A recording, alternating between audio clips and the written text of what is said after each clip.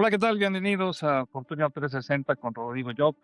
Y pues hoy el entrevistado es precisamente Rodrigo Job. Muchos de ustedes que lo han seguido durante muchos años en redes tendrán un conocimiento muy cercano y más definido de lo que es Rodrigo, pero hay mucha gente, especialmente ahora que estamos conectados Madrid, Ciudad de México, pues hay mucha gente que quisiera saber más de ti. Rodrigo, bienvenido a este espacio nuestro Gracias. y te quiero preguntar como si no nos conociera, como si no hubiéramos, como si no fuéramos amigos, sino más bien la primera vez que nos vemos. ¿Qué es un storyteller del cual tú eres un experto? Eres una persona muy reconocida en habla hispana. ¿Qué es un cuentacuentos, si lo podemos poner así? Alguien que narra historias, alguien que nos lleva a imaginar monstruos en la oscuridad o que los ve, no lo sé. ¿Qué es un storyteller como tú? Un storyteller es una persona que tiene la capacidad verdaderamente de contar historias, pero cualquiera de nosotros podemos contar historias. Simplemente lo hacemos cuando jugamos dominó con los amigos o cuando nos vamos a jugar canasta con las tías o simplemente ya cuando estamos en el trabajo o en cualquier sitio contamos historias. La verdad es que el ser humano está hecho, su cerebro está diseñado para contar historias. Pero un storyteller tiene la habilidad no solo de contar las historias, sino de entretener, de obtener la atención de la otra persona, de su audiencia, digamos, y sobre todo de generar emociones. Cuando tú logras generar una emoción en la persona que está frente a ti, entonces ya te conviertes en un storyteller y empiezas a trabajar en otras ligas. Lo más preciado que tenemos las personas es la atención. Y esa no se la damos a cualquiera, la damos a cambio de dinero, la damos a cambio de buena compañía o de buenas historias. Ese es el gran secreto. Cuando yo logro poder colocar en otra persona una buena historia, entonces tengo tu atención, tengo tu emoción y tengo muchas veces, si lo empezamos a comercializar, bueno, pues el dinero. Pero eso es un Claro. storyteller. Ahora, me estás describiendo tal vez lo que era antes una lectura de un libro, ¿no? Yo recuerdo el libro de García Márquez de 20 cuentos, ¿no? Que fue magnífica, o 12 cuentos, no me acuerdo, que valió mucho la pena. Eh, ¿Cómo nutres tú tus historias, tus participaciones? Hay muchas formas. Primero, ¿de qué vamos a hablar? Hay muchos tipos de historias. Primero, te puedo contar, por ejemplo, que tengo 2 novelas escritas y las 2 novelas se basan en un reto que yo tuve, que yo me puse a mí mismo, en el sentido de querer contar una historia muy precisa y muy específica en términos, claros. Una historia, por ejemplo, que me encontré a una persona que era, el primer contacto que tuve yo con una persona con Alzheimer y me Sí. impactó muchísimo. Y quise yo contar esa historia, el reto de poder contar la historia de eso, la historia de una guerra, la historia un poco temas personales que nos van pasando. Eso es lo que va recopilando de una u otra forma. La segunda novela que tengo es una que se les llama em, historias en caos en espiral.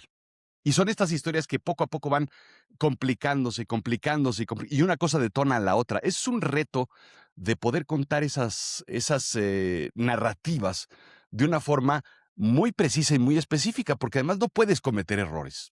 Los cuentos de fantasmas los cuento porque ciertamente he tenido contactos, o todos hemos tenido contactos de alguna u otra forma con seres o personajes del más Del allá, inframundo. del inframundo, que vienen a visitarnos, que dicho sea de paso sí existen, y esas historias siempre vale la pena porque nadie las hablamos, porque qué van a decir de nosotros, y sin embargo, a todos nos pasa, todos hemos escuchado un ruido, algo en particular.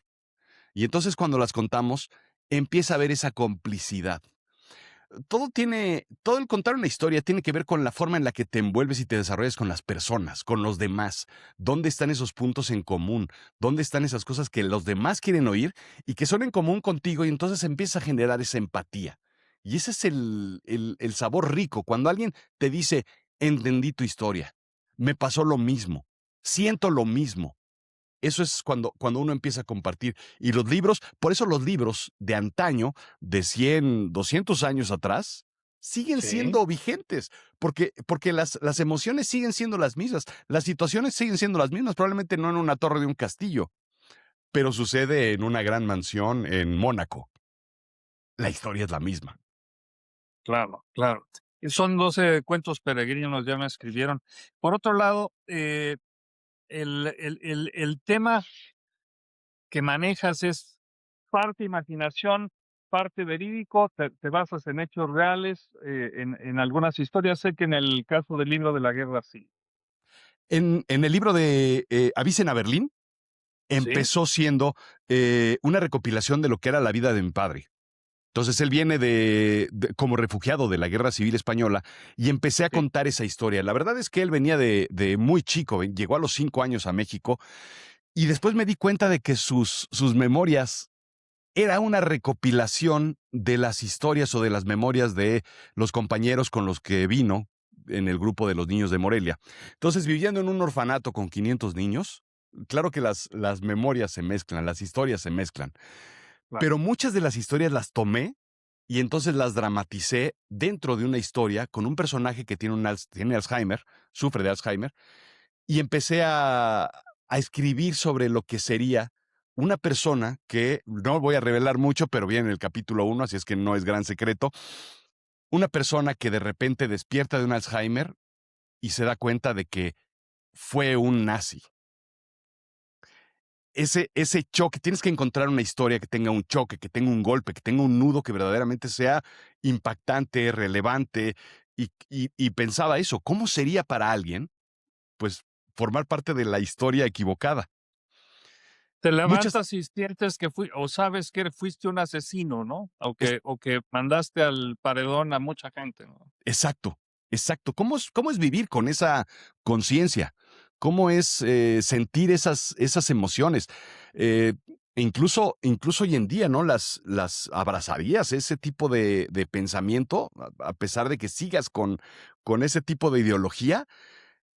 Cuando escribimos, cuando contamos historias, cuando narramos historias, tenemos que pensar en esa parte, ¿no? En la parte dura, complicada. ¿Cómo piensan esas personas y por qué yo no pienso igual?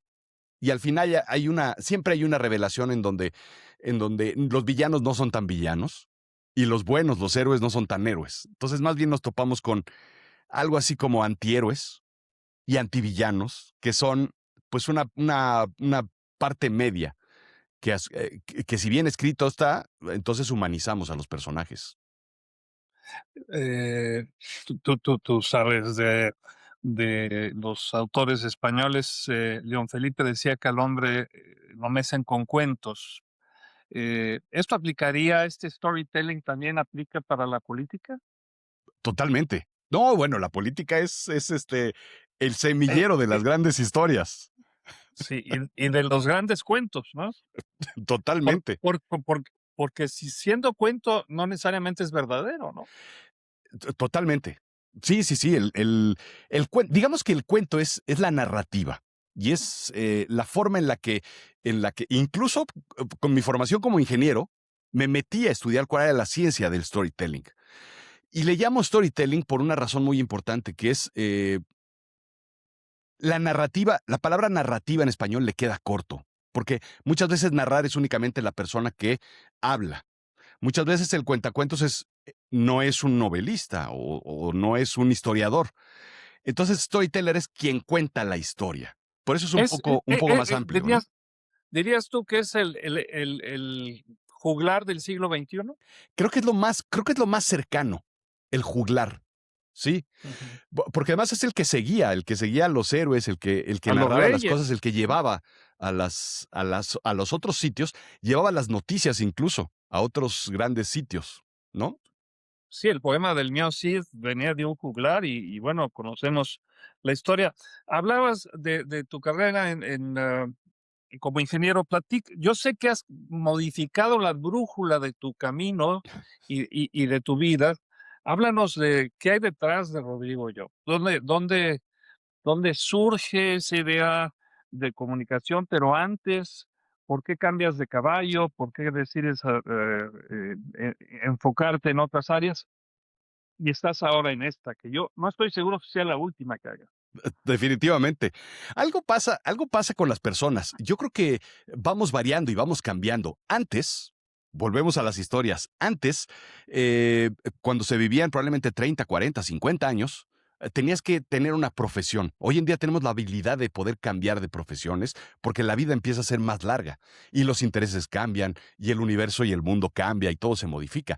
En algún momento yo estudié ingeniería electrónica pensando en que la tecnología iba a ser lo más grande. Y trabajé muchísimos años en el mundo de la tecnología, de la alta tecnología. Primero, me tocó, por ejemplo, para que te des una idea, para los que nos escuchan, hablemos de historia. Me tocó Sí, sí. transformar las telecomunicaciones analógicas en digital en algún momento. Es decir, hablar del Internet, hablar de la fibra óptica. Trabajé yo en compañías en lo que hacíamos eso, literalmente colocábamos los equipos de última generación para las grandes telecomunicaciones que tendrían que soportar lo que hoy estamos viviendo y vemos normal. Trabajé en ventas y me di cuenta de que las ventas las hacen las personas que tienen empatía, las personas que tienen una capacidad de conexión, Ahí fue donde verdaderamente entendí el poder del storytelling. Quien puede contar una historia a una persona, la historia de tu producto, la historia de tu empresa, la historia de lo que hacemos. Y recordé que de niño yo siempre fui un soñador, un niño de estos que ponía poca atención en la escuela, pero siempre estaba pensando en lo que sucedería si, qué tal si un hada entrara, qué tal si un monstruo llegara. Era el niño del what if, qué tal si. Ujú. Ya de adulto, dije, ¿y por qué nos olvidamos de esas partes que somos, o cuando somos niños, hacen que nos olvidemos de eso? Nos piden que nos sentemos derechos, quietos, que escribamos, que hagamos la tarea, que usemos la mano derecha. Nos van cotando de alguna forma. Y en algún momento Sí. decidí volver a ser niño y hacer lo que quería y contar historias. Y empecé a escribir historias y a narrarlas y utilizar la voz para contar las historias. Y entonces decidí hacer un cambio de carrera, del mundo de los negocios, de las ventas, de la alta tecnología, al mundo de las historias, contadas, narradas, escritas, porque a final de cuentas el vehículo es lo de menos. La historia es lo importante. ¿Qué, qué proceso llevaste?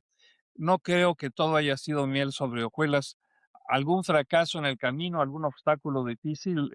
Porque cambiar de uniforme o de lo- los británicos tienen el cambio de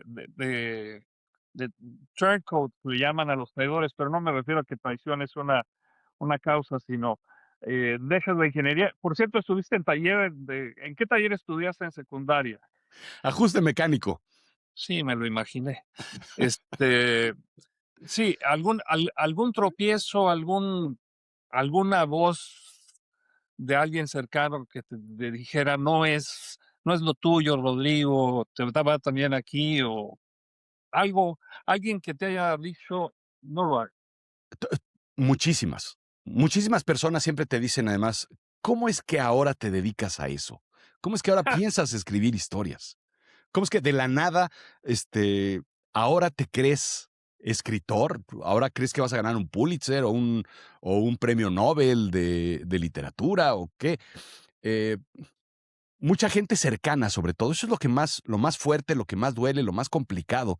Claro. Eh, Mucha gente que fracasa por ti. Además, eso es bien interesante porque lo que te dicen es, no vas a lograrlo, entonces mejor yo te doy un trabajo que sí vas a lograr hacer. Entonces, se dedican a fracasar por ti antes de que tú tengas la oportunidad. Y la gran complicación que tuve fue cuando de verdad empecé yo a desarrollar la escritura. Me acuerdo que me metí yo hice una historia, y te voy a contar una historia, en esa mochila que está ahí, Sí, atrás, sí, hay sí. una novela que debe tener probablemente 15 años. Y ahí lleva 15 años escrita y la terminé de escribir cuando terminé estudiando una maestría en escritura creativa y Ajá. escribí una novela como proyecto final y la inscribí a un concurso y en el concurso me fue fatal, terrible y dije es que no puede ser que sea tan malo.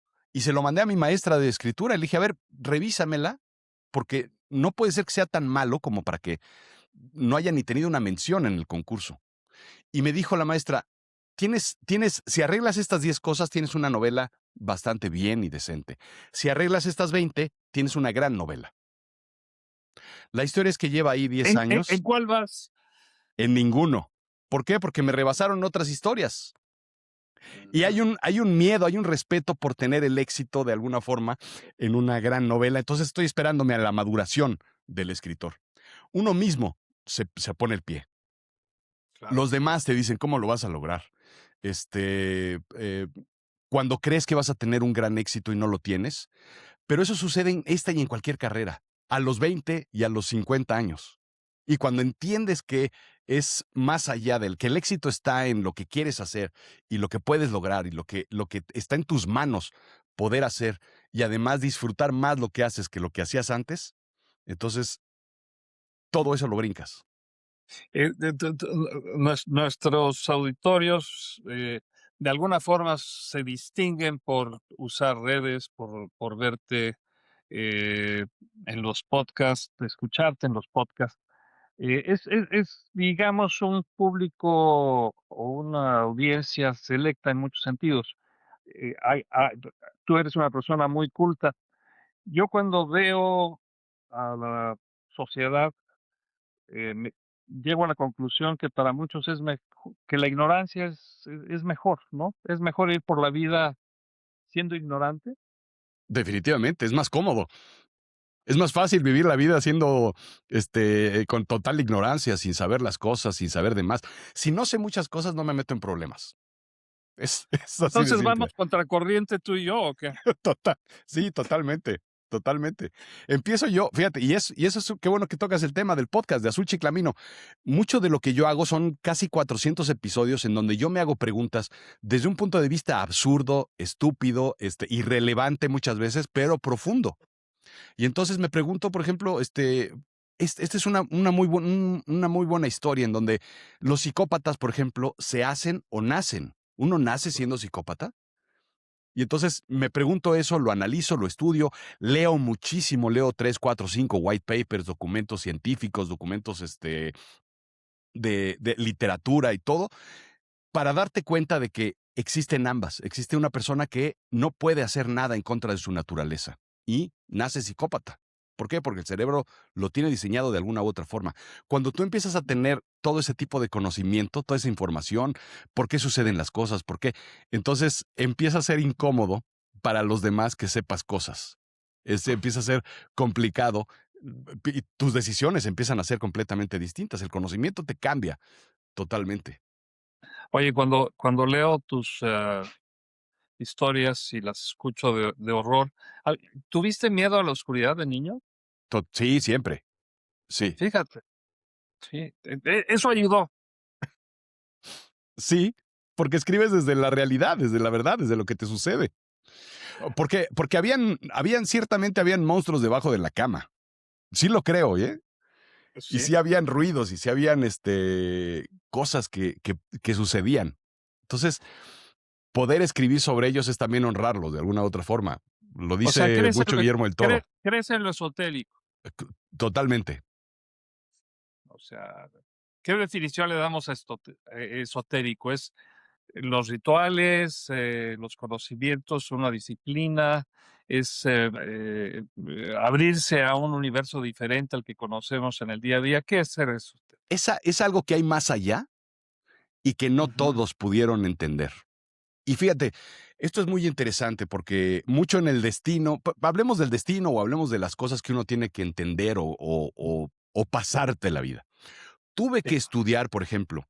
Claro, claro, de niño tuve miedo, vi cosas, vi fantasmas, me topé con cosas, con situaciones mágicos, pero tuve que estudiar ingeniería para entender que si tú no tienes la antena correcta, no vas a poder obtener la señal correcta. Si tú no estás Claro. sintonizado en el equipo, no vas a recibir la señal. Si no hay una conexión correcta, si no hay un emisor y un transmisor que estén conectados de alguna forma correcta técnicamente, entonces no va a haber comunicación. Tuve que pasar por todo ese proceso de ingeniería para entender que en el mundo esotérico es lo mismo. Y lo que estamos entendiendo, el mundo que está pasando ahorita es ese, ¿no? Que la meditación te lleva a una sintonización muy específica para entender cosas que en el día a día o las personas no estamos diseñadas de fábrica para hacerlo. ¿Es una especie de iluminación, Rodrigo? Es yo siento que la iluminación ya es el, El el, grado máximo. el grado máximo, sí, que, que algunos lo han logrado, pero cuando tú entiendes ciertas cosas, empiezas a analizar nueva información que cómo es posible que tú sabías esto sin saberlo, sin haberlo estudiado, sin haberlo entendido. Te voy a contar una historia que es muy buena porque esto vale la pena. Tuve un viaje al Tíbet en donde íbamos muchas personas a meditar y durante tantos procesos de meditación y asistiendo a tantos templos y ciudades sagrados, empecé a tener unos sueños, unas revelaciones sumamente profundas. En uno de ellos, un monje, eh, un monje se me apareció Sí, en un de esos sueño tibetanos de este color, ¿no? Más y o menos. hizo Ujú, un chasquido en un sueño y me enseñó un mandala. Y ujú. terminando el sueño, desperté y al chamán con el que íbamos en el viaje le pregunté, oye, ¿tú este sueño? Y me dijo, busca el mandala en las tiendas que existen aquí en el Tíbet. Y estuve tienda por tienda buscando y preguntando, oye, es así, y me sacaban uno y me enseñaban y me lo mostraba. Y me decían, El es mandala así. es un dibujo muy bien construido. Para los que no sepan lo que es un mandala, ahí tienes uno, ahí lo tienes. Exacto, ahora lo enseño, pero sí, es Ujú, eso, es un dibujo un poco ujú, sagrado, con geometría sagrada, que se sí. dibuja sobre todo en los talleres tibetanos. Entonces los monjes pintan con finísimos pinceles un dibujo que es parte de un proceso de meditación. Y estuve buscándolo en el viaje una y otra tienda y otra tienda y otra tienda hasta que dije, basta ya, no lo voy a encontrar nunca. Y mi esposa me dijo, entra a esa tienda, que es la última, ya, entra a esa y olvídate. Entonces entré. Ahí. Yo ya muy cansado mentalmente, dije, bueno, voy a entrar a ver qué hay. Entro a la tienda, grito, hello, somebody here, ¿hay alguien aquí? Está. Y sale de la trastienda un personaje chaparro, pequeño, tuerto, con una joroba, y dije, es este. Este señor es el que me lo tiene que vender. Y le pregunté, oye, estoy buscando un mandala que sea de estas formas, ahora lo enseño, de estas características y tal. Y me saca este dibujo y me dice, cuesta $100. Y yo muy Muy hecho, algo materialista, mexicano pues de Dog Years. muy occidental, le digo, está muy caro, vamos a negociar. Entonces lo guarda y saca otro de menor calidad. Me dice, este cuesta $40. Y le dije, pero ese no está, ese no es. Y me dijo, es que este no es por el que vienes por el otro. Y tú lo sabes. Wow. Volvió a sacarlo, pagué evidentemente, y efectivamente este es El que soñaste, el que el que vi. soñé. El que vi en mis sueños. Claro, y es una especie de arte, es un círculo, como ustedes pueden ver, si nos estás escuchando, es un círculo con círculos concéntricos y cuadrados, que no es otra cosa más que un laberinto mental, espiritual. Y a la hora de meditar con él, tú puedes pensar puedes tener Policromático, ciertas muy bello. visiones. Podría parecer la piedra lunar de el calendario azteca, por ejemplo, ¿no? Exacto. Más o menos ese es el estilo, pero, pero con otros elementos, ¿no? Exacto, y son antenas finalmente que nos comunican con otros sitios, con otros seres, con otras personas. La cosa está en abrir esos portales o esos sitios y recibir esa información. Yo escribo muchas de las cosas que escribo recibiendo esa información. Estoy entrevistando y es un lujo entrevistar a Rodrigo Job, storyteller. Vamos a hacer una despedida en este momento de estos primeros 24 minutos de entrevista. Quédese con nosotros para la segunda y no sé si hay una tercera parte, pero segunda en unos instantes. No tarda.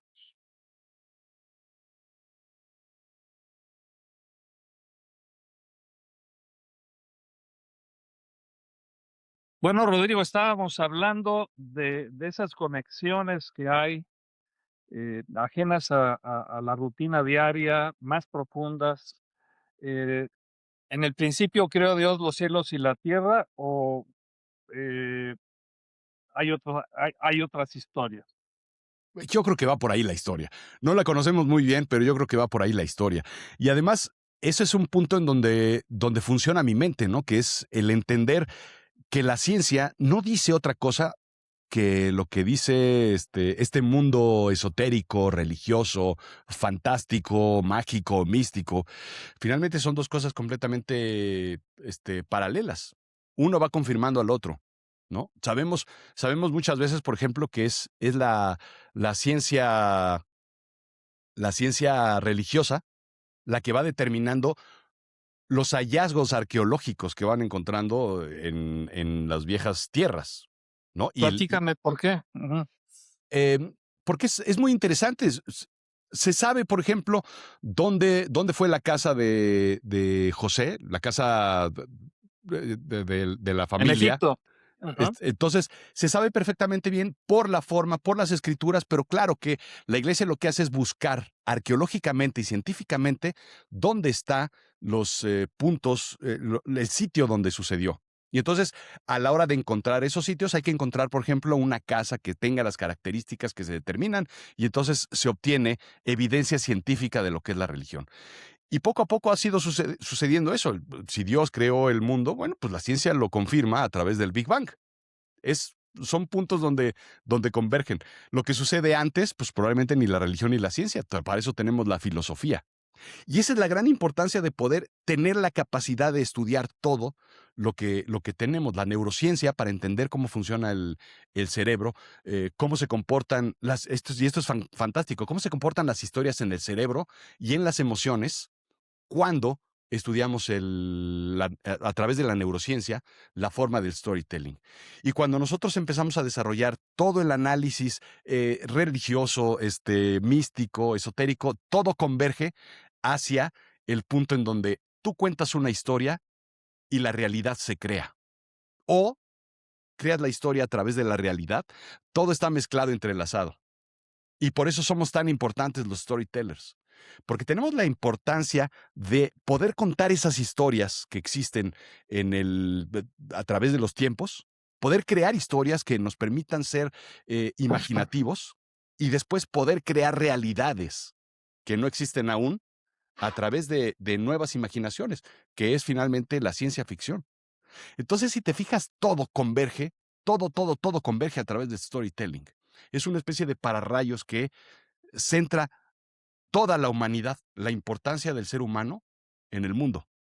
Y a veces no le damos tanta importancia al storytelling porque es algo que alguien escribe en cómics o en historietas o en cuentos. ¿Qué importancia tiene un poema hoy en día? Emocional. Qué buena pregunta, ¿eh? Qué buena pregunta. ¿Qué importancia tiene un poema, no?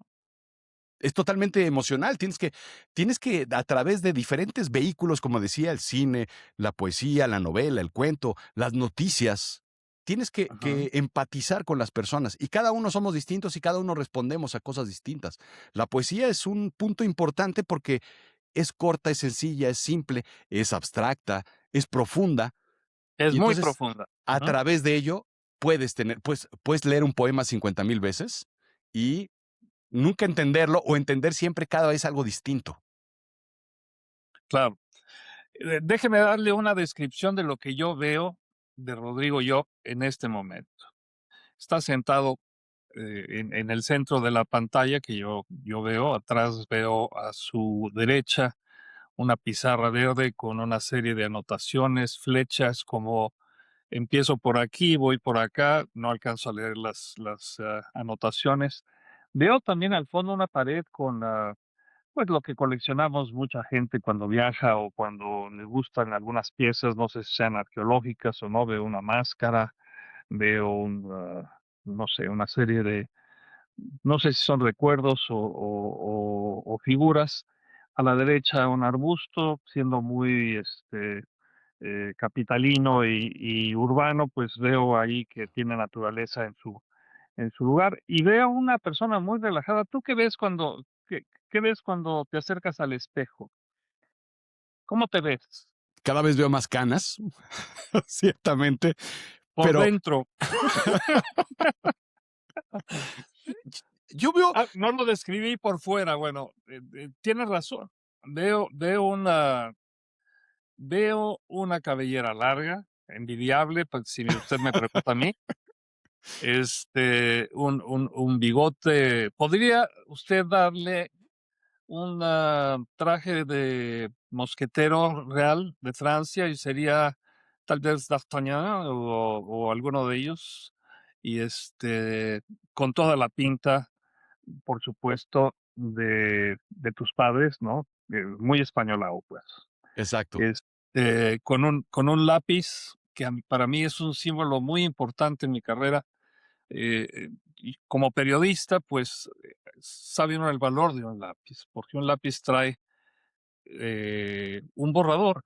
Y eso quiere decir que lo que escribimos con la otra punta es pues algún texto o algo, pero siempre hay errores o puede haber errores y por eso el lápiz lleva un borrador. Eso es lo que yo alcanzo a ver. Ahora tú dime qué es lo que tú ves Fíjate que yo veo un en poco ti. eso, veo a alguien que tiene el interés, no sé si la capacidad, pero el interés siempre de romper esquemas, romper reglas, de ser distinto, de ser trato.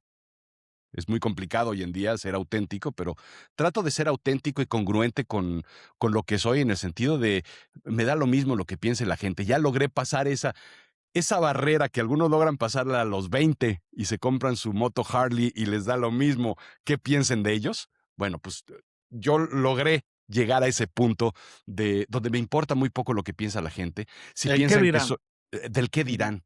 Exactamente. Si me gusta el pelo un poco largo, que estaba mal visto, ahora ya un poco más ajeno. No, estaba muy bien visto en los 70, 60. Exacto.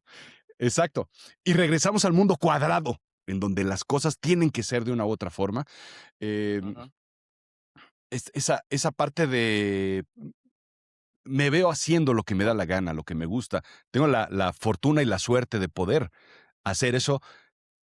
Te iba a decir sin que nadie me lo cuestione, pero por supuesto que mucha gente me lo cuestiona y a mí me da lo mismo lo que piensen.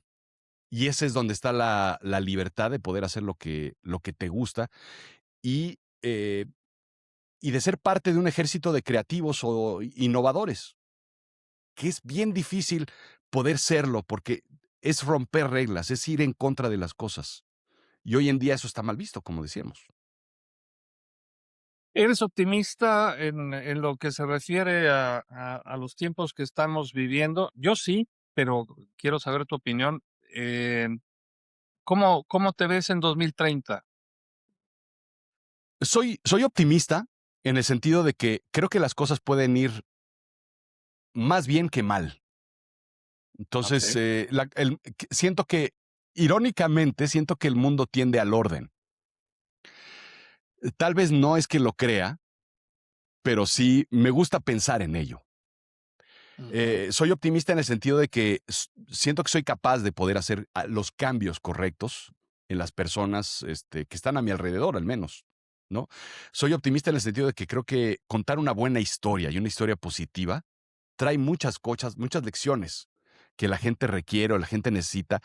Y siento que mis historias pueden hacerle cambiar la vida a alguien, que me ha pasado 50,000 veces. Es increíble cuando alguien se acerca contigo y me dice, es que la historia que me contaste o lo que hicimos contando historias me cambió la vida para bien, muchas gracias.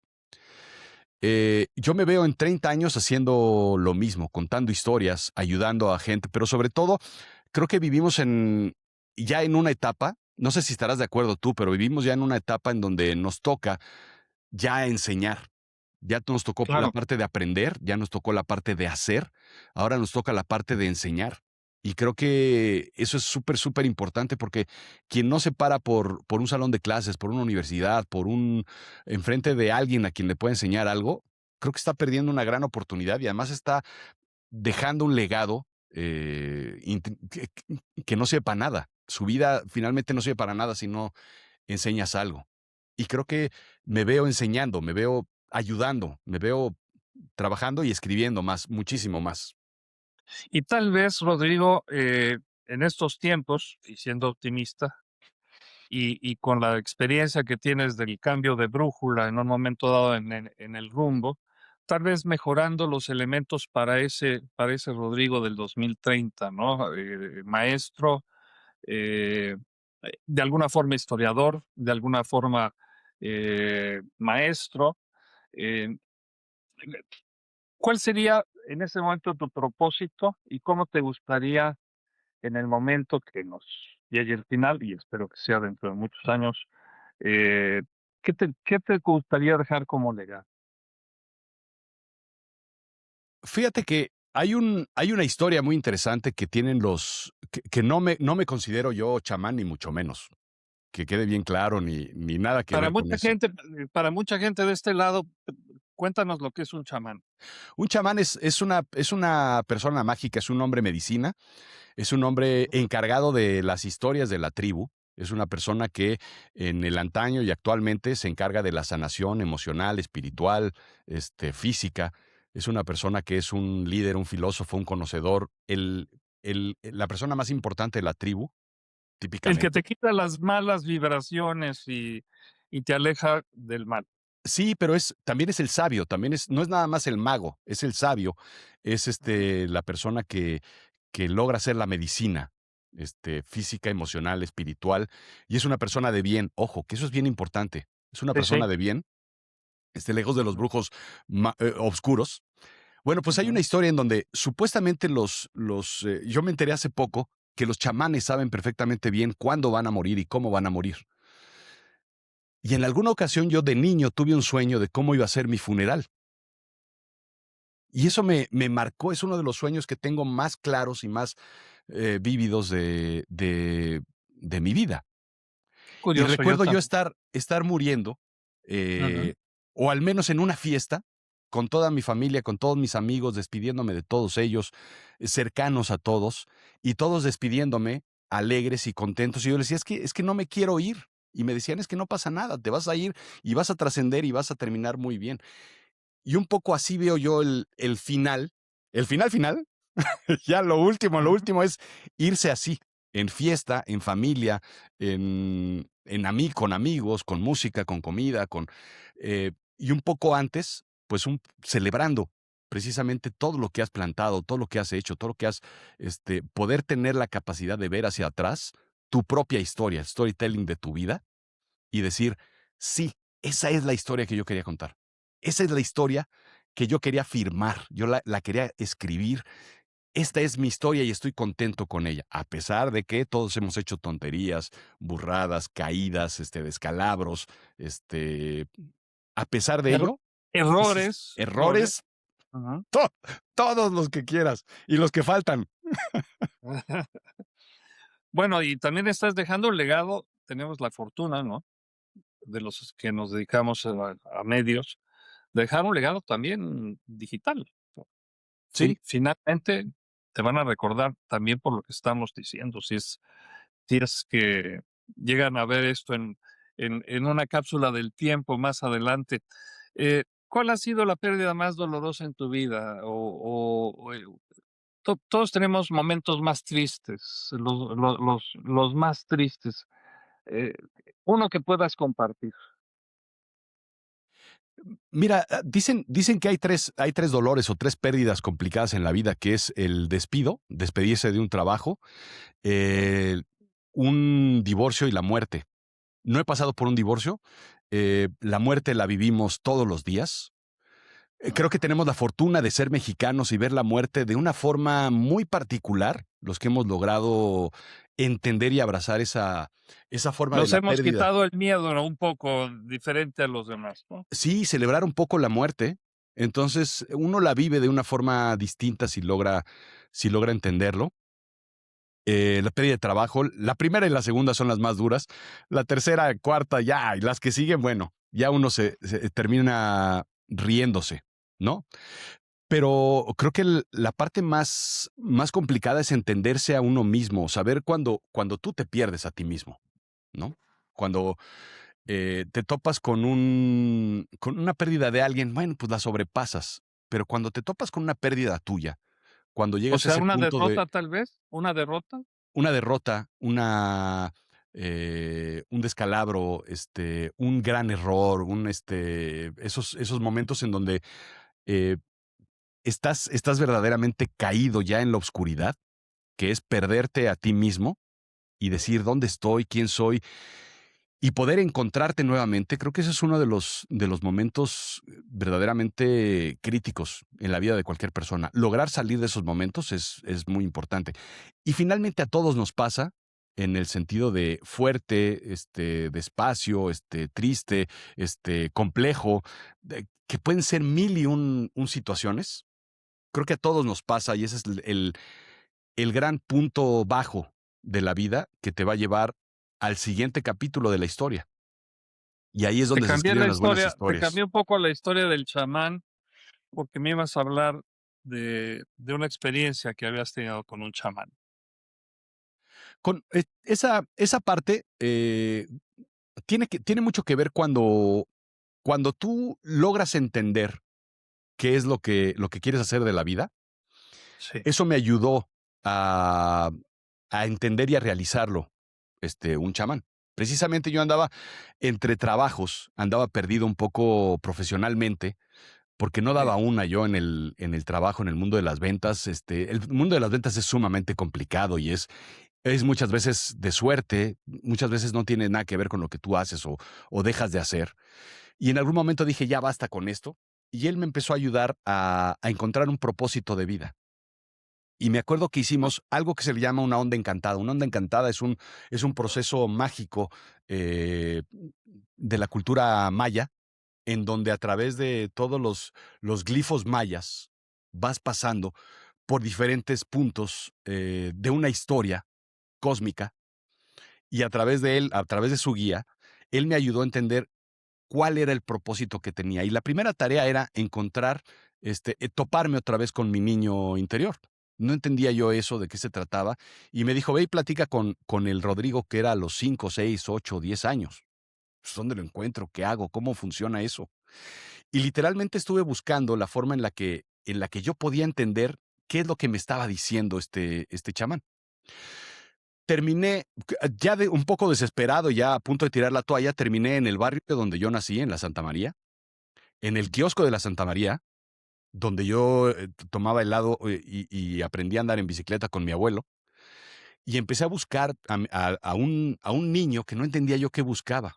Hasta que me compré en una tienda un trompo, empecé a jugar, un valero, y empecé a jugar con él y entendí que si no haces las cosas desde tu más profundo interés y gusto, entonces no vas a ser claro en hacer lo que quieres. No vas a ser feliz, no vas a encontrar una felicidad, pero no vas a encontrar esa felicidad profunda de hacer las cosas. Y ahí entendí que lo que yo quería de niño era jugar. Ni modo, ya, eso es lo que yo quería. Ir en contra de las reglas, contar historias, reírme con mis amigos. Cuando todo eso dices, bueno, esto es lo que yo quería de niño y esto es lo que mi alma requiere y necesita. Ahora, ¿cómo lo hago como adulto? Ese es el siguiente paso y esa es la parte complicada. Encuentra un sitio donde tú puedas jugar, ser niño, contar historias, atreverte, equivocarte, romper cosas, pintar en las paredes. Y entonces te vas a topar con la profesión de lo que quieres hacer. Y entonces ¿Has tienes hecho justo. berrinches has hecho berrinches como niño? Sí, por supuesto. Sí, porque es parte de hacerlo, porque otra vez te dicen, no te enojes. ¿Por qué no me voy a enojar? Y entonces lo que haces es, muchas veces lo que hago es, ahora voy a ser un personaje que lo único que haga es enojarse y que haga berrinche y que viva del berrinche y que se enoje. Entonces muchas veces juegas a través de los personajes, juegas a través de lo que ellos quieren decir. Claro que una persona lee mis libros y dice, ese eres tú, ¿verdad? Sí. Y lee O otro sea, libro, son también son eres son tú. de alguna Sí. forma biográficos, ¿no? Siempre. Siempre, porque es lo que conoces, no puedes saber, yo no puedo describir lo que otra persona, lo que Lincoln o lo que Mandela sentía. ¿Yo qué voy a saber? Puedo imaginármelo, pero sí puedo saber lo que yo sentía o lo que yo sentiría en su posición, porque yo conozco mis sentimientos. Volvemos a lo mismo, yo no sé qué sentimientos tiene un psicópata, pero puedo sentir lo que yo sentiría si mis emociones explotaran al 1000%. Eso sí lo puedo escribir. ¿Qué hubiera hecho yo si estuviera en el teatro en el momento del asesinato de Lincoln? Bueno, probablemente haría esto. Y eso es lo que hacemos los escritores, ponernos en los zapatos de alguien más. El que te diga otra cosa, muy difícil. Entonces es historiador. Claro, o se va por los hechos escritos, hace investigación y cuenta la historia oficial, Alejado porque de las emociones y de la empatía. claro, claro, eso es lo que hacemos los periodistas, Claro. describimos lo que vemos, ¿no? Y bueno, a veces podemos percibir la tristeza de alguien que ha perdido a su esposo me tocó en El Salvador cuando entró la guerrilla después a San Salvador después de un temblor muy fuerte, ¿no? Donde una señora, una jovencita, 16, 17 años, me pidió $1 para enterrar a su marido que yacía con un tiro en la cabeza y bueno, estaba con un niño en brazos, ¿no? Y me pidió $1. Le digo, ¿para qué? Sí, te lo doy, pero ¿qué vas a hacer con $1? Es para enterrarlo, ¿no? Son esas cosas que las puedes describir y platicar, pero son vivencias. Ahora, hablando de vivencias, eh, una en particular, ya me contaste lo del chamán. eh, sí, el propósito de vida sigue siendo el mismo. Yo creo que justo Yo creo que no justo es el mismo. no es el mismo. Y justo siempre Y va justo cambiando. siempre va Y cambiando. justo Y es, justo es es algo algo tan variable tan variable, que ese es un un superpoder, digamos, superpoder, ¿no? digamos, ¿no? Poder Ujú. decir, Poder que cuando tú estás en un cuando es un trabajo trabajo formal, normal, digamos, o tienes una carrera como economista o como incluso como político, como lo que sea, entonces tienes una carrera y una visión y tienes que llegar a un punto, tienes que llegar a un sitio, porque ese es el objetivo. La gran ventaja que tenemos los storytellers o las personas que nos dedicamos a la creatividad, a las artes, a trabajar por nuestra cuenta es, claro, hay un proceso de inestabilidad que es súper complicado, pero de ahí en fuera, tú tienes la habilidad de cambiar en cualquier momento, hacer lo que quieras, de Bueno, pues decidir. vamos a seguir hablando con Rodrigo Job. Sí va a haber tercera parte. Vamos a hacer una pausa. Este es el segundo capítulo, si usted le quiere llamar, de nuestra plática este día con Rodrigo Job. Un privilegio. No tardamos.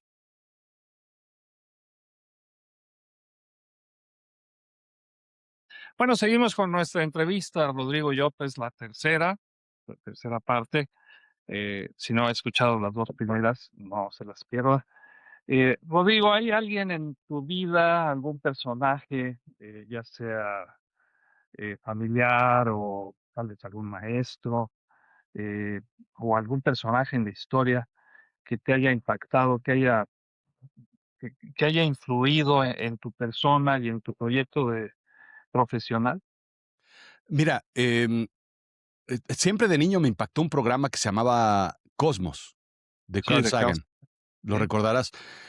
Me parecía fantástico. Claro, de niño uno no entiende lo que un señor, con un saco de pana y un suéter de cuello de tortuga te quiere contar, te platica sobre ciencia y sin entenderlo estás entendiendo sin saber cómo estás entendiendo a los 10 años a lo mejor, lo que es el efecto Doppler o lo que es la forma en la que se mide. Me acuerdo perfectamente de ese capítulo, cómo se mide la Tierra y cómo se sabe que es redonda por los ángulos y por la luz del sol, etcétera.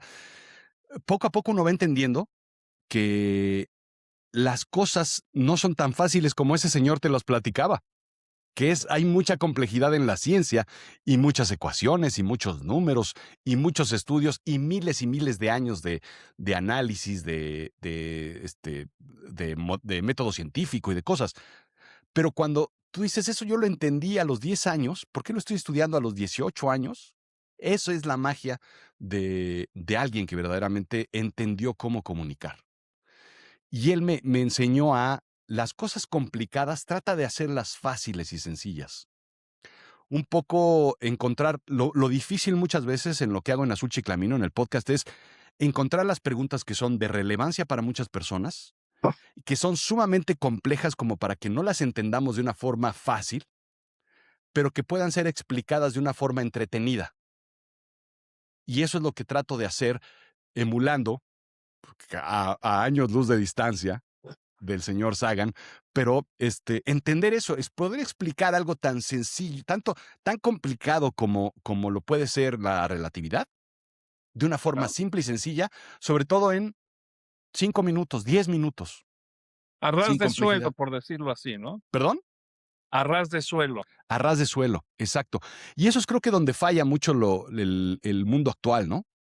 Que hoy en Sí, día de lo que se trata es de hacer las cosas complejas, porque lo que yo quiero mostrar es qué tan inteligente soy. Y mientras más complejas son las explicaciones que doy, entonces más inteligente y más brillante soy. Mientras más complejas son las decisiones que tomo o que parezco tomar, entonces más difícil es lo que hago. Cuando tiene que ser completamente sencillo, básico. Cuando en la política, lo sabes perfectamente bien, cuando en la política nos explican o nos pretenden explicar, es que ustedes no entenderían lo que es las políticas cambiarias que existen hoy en día. Eso es para otro tipo. Piensa que es como dar y recibir. Cuando no nos explican las cosas de forma sencilla, entonces se pierde el interés. Y eso es la gran complejidad que existe hoy en día. claro, claro, claro. Más puede la pluma que la espada, es un dicho prácticamente universal y muy antiguo. Pero, a ver, finalmente, la palabra es poder, la ejercemos de alguna forma. Los periodistas no somos poderosos por nosotros mismos, a veces es el medio, pero a veces también es convivir con el poder, ya sea con un monje tibetano, con una chamán, con la Madre Teresa de Calcuta, con el Papa, o en el ámbito político con algún presidente, un jefe de Estado, alguna, pues no sé, un primer ministro. No es que tú seas poderoso, pero ahí hay un poder. En el caso político yo siempre he pensado que son transitorios. Lo nuestro, este poder, pues es hasta que nos vayamos. ¿Tú te sientes poderoso, Rodrigo? Yo creo que sí. Yo creo que sí, tiene mucho que ver la forma en la que dices, y es una responsabilidad finalmente, y tú lo sabes perfectamente bien, tener un micrófono, tener una pluma es una responsabilidad de ejercer ese poder. Ya que y no necesitas tener una amplificación brutal o enorme. Simplemente que te escuchen o te sigan 10 personas, 20 personas, 50 o 1000 o 1 millón de personas, tienes una responsabilidad brutal de ejercer ese, ese poder de qué les vas a decir, qué vas a hacer con tu palabra, con tu voz, con lo que digas. Y entonces tienes que empezar a elegir exactamente cuál es el mensaje, cuáles son las palabras, cuál es la forma en la que dices las cosas, a quién se lo estás diciendo, ¿no? Saber, por ejemplo, que el poder que tienes en los jóvenes o en los niños es muchísimo más fuerte. El poder de decir algo negativo simplemente por decirlo, simplemente por dinamitar un puente o por echarle gasolina a la hoguera, se vale y sirve y funciona. Hay que saber para qué utilizar ese poder y cuándo utilizarlo. Entonces, Mm. son superpoderes que uno va ejerciendo. Y mientras más los practicas, más fuertes se hacen. Sí, yo siempre he pensado que el micrófono es una invitación a hablar y no un arma. Lamentablemente en política, y lo vemos con Trump y lo vemos con otra gente, no hemos hablado mal de nadie, ¿eh? También hay que decirlo a lo largo de esta plática, no hemos hablado mal de nadie, no lo vamos a hacer ahora, pero sí podemos diferenciar de alguien que transmite lo que tú estás diciendo, ¿no? Un mensaje, y alguien que transmite odio, ¿no? Correcto. Nosotros de alguna forma tenemos que tener mucho cuidado porque habrá gente que te regrese el odio, te regrese una propuesta como esta, con odio, con críticas destructivas o en fin, ¿no? Recuerdo que una persona sabia me contaba una historia sobre un perrito que entraba, iba por la calle, entraba a una casa y se topaba en la oscuridad de repente con muchos perritos que le ladraban y le ladraban y le ladraban y enojado y preocupado y salía de esa casa corriendo, completamente asustado, hasta que se metía a otra casa que estaba al lado, y en esa casa se encontraba con otros perritos que le ladraban y que le lamían y le movían la cola y felices, y él contento salió de esa casa. El letrero decía la casa de los espejos. Y finalmente, el micrófono es eso, es un espejo. El micrófono y la pluma y las conversaciones con las personas son espejos, y uno recibe finalmente lo que habla. Cuando uno llega con una persona, oye, ¿qué te traes? Pues, ¿qué te traes tú? Es el espejo mismo. No es que la otra persona sea agresiva, es que está simplemente reaccionando a todo lo que tú haces. Y tenemos la Interesante. opción de ser o un perrito o el otro. Y es bien difícil darte cuenta de que ahora sí que si tú tiras buena vibra, la gente lo recibe de esa forma. Si Claro. tú dices las cosas con humor, la gente la persona más seria te responde con humor. Y si tiras odio, odio es lo que vas a recibir, que es lo que se está sucediendo. Y lo que sucede, y tú lo sabes perfectamente bien con la trayectoria que tienes, pues en la política es eso. ¿A quién quiero dinamitar y a quién quiero llenar de gasolina? Ese es el tema, ¿no? Vamos a lo esotérico otra vez en esta fase final de esta magnífica entrevista. No, no son las preguntas, son las respuestas las buenas. Eh, ¿Tú crees en el mal? ¿El mal existe? Em, yo creo que es una decisión. O sea, ¿lo traemos todo dentro y decidimos ser buenos o malos? Yo creo que sí. Es un poco el qué decides hacer con las cosas, ¿no? Es, Pero el mal de ojo, la brujería, la magia negra, la mala vibra, ¿existe o no existe? s- ahí te va la explicación en dos ámbitos que siempre me gusta jugar con esa parte. En el Venga. ámbito esotérico, sí, Ah, sí existe, sí hay pases, mala vibra. Puedes acercarte a las vibraciones negativas o de baja vibración, o hay religiones que se basan en magia negra y en cosas. eh, hay muchos, ahora volvemos a esa parte, pero sí, sí la hay, sí existe ciertos tribus que viven de esa forma. Y por otra parte está la parte científica. Y en la parte científica, que explica precisamente que cuando yo te digo que te va a ir mal y te estoy haciendo una brujería, bueno, pues lo que hace el cerebro es simplemente mentalizarse de que alguien me hizo algo malo, y entonces hasta que se me cae una moneda es de mala suerte. O hasta que me tropiezo, pues fue por eso. Y entonces el cerebro empieza a buscar las cosas malas que hay en la vida y las asocia en un cajón, y las vas metiendo en un cajón que es de todo lo negativo. Y a ese cajón de todo lo negativo que te pasó en el día o en la semana o en el mes, le llamas mal de ojo. Entonces es simplemente un proceso aristotélico en donde tú las cosas las conjugas en algo negativo. Lo mismo sucede con la parte positiva, ¿eh? Entonces, si tú piensas en algo que quieres hacer de una forma positiva, yo quiero conseguir esto, haces un pase mágico, o o le pides a la Virgencita, o haces algo, un pase mágico, entonces el cerebro empieza a conspirar a que te pasen cosas buenas. lo Y cada cosa atraes. lo Ujú. atraes, pero es una colección de cosas buenas que la vida te presenta como buenas o malas. Simplemente las malas las vas dejando aparte y las buenas las vas coleccionando. El mal es justo también lo contrario. Las cosas malas las vas coleccionando. ¿Con cuál te quieres quedar? ¿Con cuál quieres hacer? ¿Con cuál quieres? Entonces, sí existe a nivel mágico, esotérico, pero tiene que ver con un proceso también mental. Eso es lo que a veces no nos damos cuenta. Que tú solito conspiras contra tus propias cosas. Tú solito haces tus propios pases mágicos. Yo decidí que quería ser escritor y que me iba a ir bien. Pues ya está. Es así de sencillo. Si tú dices voy a ser escritor, pero el problema es que los artistas y los escritores no van a tener éxito nunca y nunca les va bien y siempre mueren alcohólicos y ciegos y en Como una Edgar Allan esquina Poe, ¿no? borrachos. Exacto. O como Garcilaso, como todos estos, todos murieron así. Entonces, ¿por qué yo voy a ser distinto? Bueno, pues conspiraste ya para que el mal llegara de una forma a ti. Pues está bien, perfecto. ¿Crees en las otras vidas? ¿En vidas pasadas? Ya que estuviste, en el Tíbet y todo lo demás. No creía.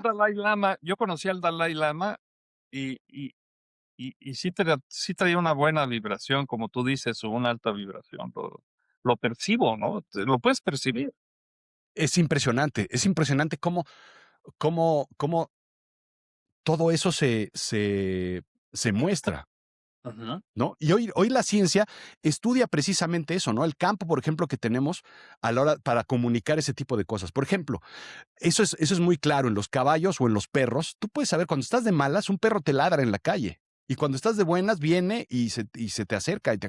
Con los caballos son brutalmente entendidos en lo que es el sentimiento humano. Y cuando nos topamos con esas personas que tienen una vibración tan alta y tan profunda, lo podemos llegar a percibir, ¿no? Creo en otras vidas, no lo creía yo hasta que empieza uno a entender o a darse cuenta, y no sé si te pasará o le pasará a la audiencia, díganos aquí si están o no conmigo, que de repente te topas una persona en una boda, en el asiento del metro y dices, es que esta persona es como si la conociera de toda la vida. Al- O esto ya me había pasado con esta persona en alguna otra parte del mundo. exacto, algo hay, algo sucede, algo extraño. Y lo otro es, tienes la opción de pensar o de creer en ello o no. Y Claro. siempre lo digo, es más divertido creer en lo mágico. Es más divertido creer en que existen otras vidas. Es más divertido creer en que existen los duendes y el mundo mágico. Es más divertido creer que un día en un sueño puedes volar y fue real. Es más divertido creer en el mundo mágico. Entonces, ¿por qué nos cerramos a que no existen las cosas? Yo pienso que siempre se me pierden los lentes a mí en la casa. Entonces yo hablo con el duende que me esconde los lentes, y le digo, ya Ajá. estuvo bueno, dame los lentes. Y aparecen los lentes, te lo juro, en cuestión de 10 segundos. Qué bien. Es jugar con el mundo mágico que está a tu alrededor. Puede ser que, pues ahí estuvieron siempre, o puede ser que no. Está en la decisión de cada uno. Oye, ¿hay algo que no te haya preguntado que quisieras, comentarnos? Y yo creo que más o menos, yo creo que cubrimos bastante bien todas las cosas, pero yo sí, me enfocaría mucho en decirles que siempre piensen en algo que no es, que están haciendo en su vida y que no les gusta, porque hay miles de cosas que nos tocó hacer esto, que yo estoy metido en esto, que a mí me corresponde hacer esta chamba, o yo no, si yo pudiera, a mí me lo preguntan, me dicen Ah, siempre, es muy bueno. si yo Ujú. pudiera, ¿qué haría? Y el problema es que siempre puedes, de una u otra forma, ¿no? Pero siempre puedes robarle 1 o 2 horas al día para hacer lo que tú quieres, lo que te gusta. Sí, las horas son complicadas y a veces esas horas te tocan a las 2, 3 de la mañana. Ni modo, pero si a las 2, 3 de la mañana puedes sentarte a escribir porque siempre quisiste escribir, ese es el regalo que te puedes dar y de eso se trata la vida. No de resolver los problemas a los demás, ni de hacer lo que te corresponde, lo que te toca o lo que... Se trata de que hagas lo que tú quieras con tu vida, porque para eso estás aquí, para encontrarte. Bueno, pues, ha sido un gusto. Yo, la última pregunta que viene de la deducción de lo que me acabas de decir es que yo me imagino que ha sido bueno, yo sé que es una buena persona, pero un tipo responsable como hermano, como hijo, como esposo. ¿Tú te consideras responsable o también ha habido altibajos? Pues 50-50 dirían por ahí. No, No, no fuiste la oveja negra de la familia, eres la oveja gris. sí, no, bueno, yo creo que estamos en promedios de aprobaciones positivas. Entonces, siempre uno tiene sus momentos de enojo, de oscuridad, de cobardía incluso, ¿no? De siempre uno se refleja en esos mundos en donde pues yo debía haber hecho esto, pero fui cobarde para no hacerlo o gruñón o enojón, ¿no? Y siempre está ese 30% que pues no, pude haber sido mejor. Pero eso es lo que nos hace enfocarnos en el 70% restante, que es importante. ¿Dónde nos pueden ver? ¿Dónde pueden ver esta entrevista, Rodrigo? Esta entrevista la pueden ver en Facebook, la pueden ver en YouTube, la pueden ver en Spotify. Va a salir en Spotify, en Fortunio 360. Lo vamos a tener por ahí. La vamos a tener en Azul Chiclamino. Búsquenla en los canales correspondientes. Y pues nada más es tan sencillo como googlear Fortunio 360 o Rodrigo Llop y ahí la van a encontrar. Y yo con doble L, porque he visto que te ponen Y de vez en vez. J, me pregunta si soy algo de Steve Jobs. Ojalá, pero bueno, nada tiene que ver. Tiene sus pros y sus contras eso. Pero en otra ocasión hablamos. Rodrigo, un placer. Igualmente, muchísimas gracias y qué gusto platicar contigo. Hasta la próxima. Gracias a todos.